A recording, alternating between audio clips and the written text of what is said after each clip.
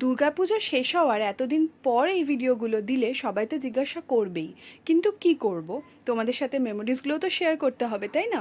সত্যি কথা বলতে এই ভিডিওগুলো বানানোর সময় আমি নিজেই ভীষণ ইমোশনাল হয়ে গেছি।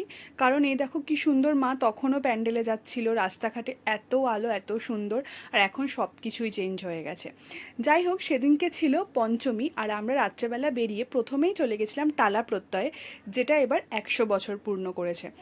আমরা যখন টালা প্রত্যয় পৌঁছাই তখন বেজেছিল প্রায় রাত্রির 1টা, কিন্তু ভিড় দেখে তোমরা বুঝতে পারবে না, প্রচণ্ড ভিড় ছিল। আর ভিড় হওয়ারই মতো, কারণ থিমটা ছিল খুব ভালো, খুব ইউনিক কনসেপ্ট ছিল, খুবই ভালো লেগেছে। আর এখান থেকে বেরিয়েই প্রথমে নিয়ে নিয়েছিলাম একটা ছোট্ট ক্যাম্পা ব্রেক, আর তারপর দেখি এসে গেল ঝমঝমিয়ে বৃষ্টি। যাই হোক না কেন, রাত্রি 2টোর সময় বৃষ্টিতে বাঙালিকে আটকানো সম্ভব নয়। এর পরের প্যান্ডেলটা আমার খুব ভালো লেগেছিল, সেটার থিমটা ছিল সত্যান্বেষী ব্যোমকেশের ওপর। এইসব করে লাস্টে অর্জুনপুরে যাওয়ার একটা বৃথা চেষ্টা করে ভোর ভোর আমরা চলে এলাম বাড়ি। দেখা হচ্ছে পরের ব্লগে।